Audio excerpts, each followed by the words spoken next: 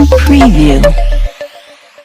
बारे में ना, हाँ, जिस तरह से हम जानते हैं कि ये मुल्क की जो फिरका परस्त सियासत है, ये आरएसएस ने बीजेपी के ज़रिए जो पॉलिसियाँ अपनाई हैं कि तमाम तबकों को अलग अलग बांटना है, मुख्तलिफ तबकों को मुख्तलिफ वक्त पर वो अलग अलग तोड़कर उनके ख़िलाफ़ में कानून लाने का, काले कानून का सिलसिला चालू किया है।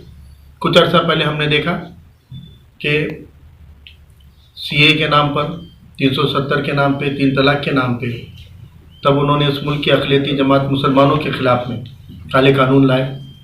और जब मुसलमान इन काले कानूनों के ख़िलाफ़ में जमहूरियती तरीके से रास्ते पे उतरा, हमारी बहनें दिल्ली में शाहीन बाग आंदोलन चलाकर रास्तों पे उतरी थी और उसके ही यह असर था कि पूरे मुल्क भर के अंदर शाहीन बाग सजे थे।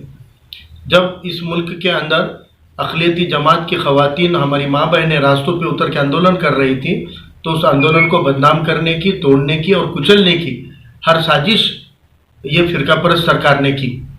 और उस वक्त उस आंदोलन के ताहित में पंजाब के यही सिख हमारे किसान भाई बड़ी तादाद में जत्थे के जत्थे वहाँ पर आए और उन्होंने शाहीन बाग के तहफ़्फ़ुज़ के लिए अपने डेरे जमाए थे और कहा था हुकूमत को कि अगर शाहीन बाग को कुचलना चाहते हो, आंदोलन को कुचलना चाहते हो, तो तुमको हमारी लाशों से गुजरना पड़ेगा।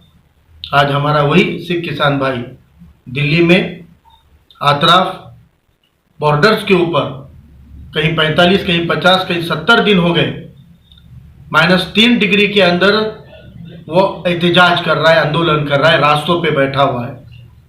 तो आज हमारा भी ये फ़र्ज़ है, इंसाफ का तकाजा है कि आज मुल्क का हर मुसलमान हमारे किसान भाई के साथ में है, दिल से है, दुआओं से है, लेकिन जमहूरियत के अंदर रास्तों पे आके एहतजाज से दिखाना ज़रूरी है।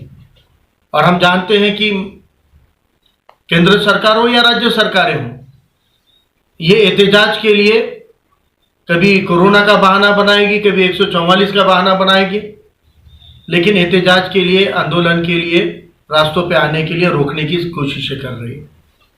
ऐसे वक्त में वंचित बहुजन आघाड़ी के महाराष्ट्र के तमाम मुस्लिम पदाधिकारी कार्यकर्ताओं का एक मेळावा कॉन्फ्रेंस मुंबई में हुई।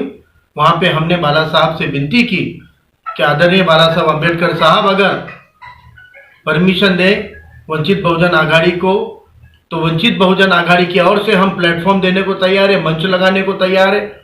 और एक दिन का किसान बाग जो कि सीए के खिलाफ में, काले कानून के खिलाफ में जिस तरह से शाहीन बाग सजे थे, उसी तरह किसान भाइयों के खिलाफ जो 3 काले कानून पास हुए हैं, इन 3 काले कानून को हटाने के लिए शाहीन बाग के तर्ज पर किसान बाग ये पूरे महाराष्ट्र के ज़िलों में, शहरों में, तालुकों में सजाने के लिए वंचित बहुजन आघाड़ी एक मंच उपलब्ध करा रही है। बाला साहब ने उसके लिए परमिशन दी, बाला साहब ने उसके लिए ताकत दी। मैं याद दिला दूं कि जब सीए का आंदोलन हो रहा था तो आरएसएस साजिश कर रही थी कि खाली मुसलमानों के खिलाफ है, दिगर लोगों को इसमें परेशान होने की जरूरत नहीं है। उस वक्त इस मुल्क के अंदर एक ही क़यादत थी, वो माननीय बाला साहब अम्बेडकर थे, जिन्होंने कहा कि ये अकेले मुसलमानों के नहीं, 40% हिंदुओं के खिलाफ सीए का कानून है और 40% हिंदुओं को भी इस लड़ाई में उतरना चाहिए। ये माननीय बाला साहब अम्बेडकर जी ने उस दौर में ये बात याद दिलाई थी। मैं आपको अपील करता हूँ, आप तमाम लोगों से, कि ये वक्त एक ज़ैदी दिखाने का है। और एक बार मुसलमान दिगर मजलूमों की लड़ाइयों के लिए उतर जाएगा तो आरएसएस की जो साजिश है वो इंशाल्लाह नाकाम हो जाएगी। और इस मुल्क की जो सियासत है वो मजहब के बंटवारे पर है, वो इंसानियत और डेवलपमेंट के नाम पे आएगी। और आपका नाम, पोस्ट बोलिए। फारूक अहमद, मैं प्रदेश प्रवक्ता हूँ और वंचित बहुजन आघाड़ी की ओर से जो किसान बाग का आयोजन आंदोलन का हो रहा है, इस किसान बाग आंदोलन का राज्य समन्वयक हूँ।